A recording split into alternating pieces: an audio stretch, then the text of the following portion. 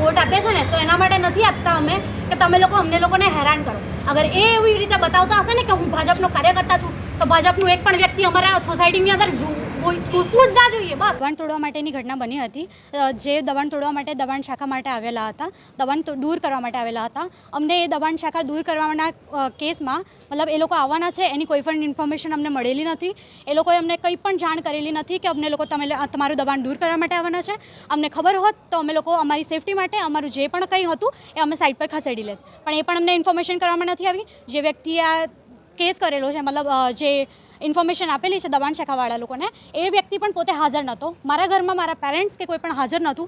તેમ છતાં પણ એ લોકોએ દબાણ શાખાવાળાએ દૂર કર્યું દબાણ. ઠીક છે, તો પણ અમે લોકોએ કોઈ પણ ઓબ્જેક્શન ત્યારે પણ નથી ઉઠાવેલો. આજે અમે લોકો ઘરે એકલા હતા, હું અને મારા મમ્મી અમે બે એકલા હતા. તો એ લોકો ત્યાંથી વિડીયો સ્ટાર્ટ કરતાં વિડીયો ઉતારતા આવેલા છે. અને વિડીયો ઉતારતા એની મમ્મી જેવી તેવી ગંદી ગાળો બોલે છે. મારા મમ્મીને ગાળો બોલે છે અને એ છોકરો અમારા ગેટના ઘર સુધી ચડીને આવેલો છે. તો અમે અમારી સેફટી માટે કશું ન કરીએ તો ખરા ને, કેમ ન ઉઠાવે? એ ભાઈ સામે પક્ષવાળાએ પથ્થર મારવાનો આક્ષેપ કરેલો છે. હા, ઉઠાવે. ઘરમાં એક જવાન દીકરી હોય ને તો કોઈ પણ મા પોતાની દીકરીની રક્ષા કરવા માટે ઉઠાવશે પથ્થર. જો તમે તમારી ઓકાતમાં રહેશો, તમારે એમાં રહેશો, બાઉન્ડ્રી ક્રોસ નહીં કરો તો નહીં ઉઠાવે. પણ તમે બાઉન્ડ્રી ક્રોસ કરશો તો એ વ્યક્તિ છે ને પોતાની દીકરીને બચાવવા માટે કાંઈ પણ કરી શકે છે. પોતાની મા છે, બહેન છે, ઘરે બે કોઈ અગર જેન્ટ્સ હોત તો કોઈ પણ પ્રોબ્લેમ નહોતો. પણ જેન્ટ્સ નથી ઘરમાં, બે દીકરી અને મા એકલા હોય તો કોઈ પણ વ્યક્તિ ઉઠાવશે પથ્થર. કેટલા વાગ્યાની ઘટના છે? 12 વાગ્યાની આસપાસ, 12-12:30 આસપાસની ઘટના છે. વિજયસિંહ ચાવડા અને પ્રીત ચૌહાણ ચાવડા, એ બંને જણ, એની મમ્મી શ્રુતિબેન, એ ત્રણે લોકો અમને જેવી તેવી ગંદી ગાળો બોલેલા છે. બહુ જ ગંદી ગાળો બોલેલા છે, જે બોલી પણ ન શકાય ને એટલી ગંદી ગાળો બોલેલા છે. તેમ છતાં છેલ્લા બે વર્ષથી અમને લોકોને એટલું હેરાન કરી મૂક્યું છે, બહુ જ હેરાન કરે છે. તેમ છતાં પણ અમે લોકો કાંઈ પણ એક્શન નથી લીધું. જ્યારે હોય ત્યારે અમને લોકોને એટલું પરેશાન કરે છે. અમારી પાસે 2 મહિનાના રેકોર્ડિંગ છે, 3 મહિના જેટલા રેકોર્ડિંગ બતાવવા છે એટલા રેકોર્ડિંગ બતાવીશું. રોજ જે ગાડી પાર્કિંગના બાબતે એટલું હેરાન કરે છે.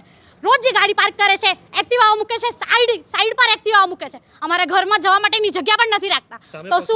તો શું એમને લોકોને, હા, એ રાજકીય પગ ધરાવે છે. એના વિષય પર જ એ વધારે પડતું ઉકસાણી કરી રહ્યા છે કે અમે ભાજપના કાર્યકર્તા છે તો અમે કંઈ પણ કરી શકીએ. શું ભાજપના કાર્યકર્તા આ માટે છે ભાજપના કાર્યકર્તા? અમે લોકો તમને વોટ આપે છે તો અમે ભાજપના કાર્યકર્તાને વોટ એના માટે આપીએ છીએ કે અમારી રક્ષા કરે. તમને લોકોને એના માટે વોટ નથી આપતા અમે લોકો કે અમારા જ પક્ષની અંદર અમે તમારા દબાણો દૂર કરો કે આ કરો. ચલો, ગેરકાયદેસરની વસ્તુ હતી, માની લીધું, અમે લોકો બધું માની લીધું. ચલો, પણ શું આવી રીતે કોઈના ઘરની અંદર ઘૂસી જવાય? કોઈના ઘરની અંદર ઘૂસાય પણ ના. અને કોઈ પણ જવાન દીકરી છે, માં અને દીકરી એકલા હોય તો કોઈ પણ વ્યક્તિની એટલી તાકાત નથી કે તમે લોકો અંદર આવો. કોઈ રાજકીય દબાણ તમારા પર? રાજકીય દબાણ તો અમારા પર કોઈ નથી, પણ એ લોકો એટલું પરેશાન કરે છે અમને લોકોને, હેરાન કરી મૂકેલા છે. છેલ્લા 2 વર્ષથી હેરાન કરે છે અમને લોકોને. મારું નામ વંદના છે. વધુ જ આવી માહિતી માટે જોતા રહો નેતા 5.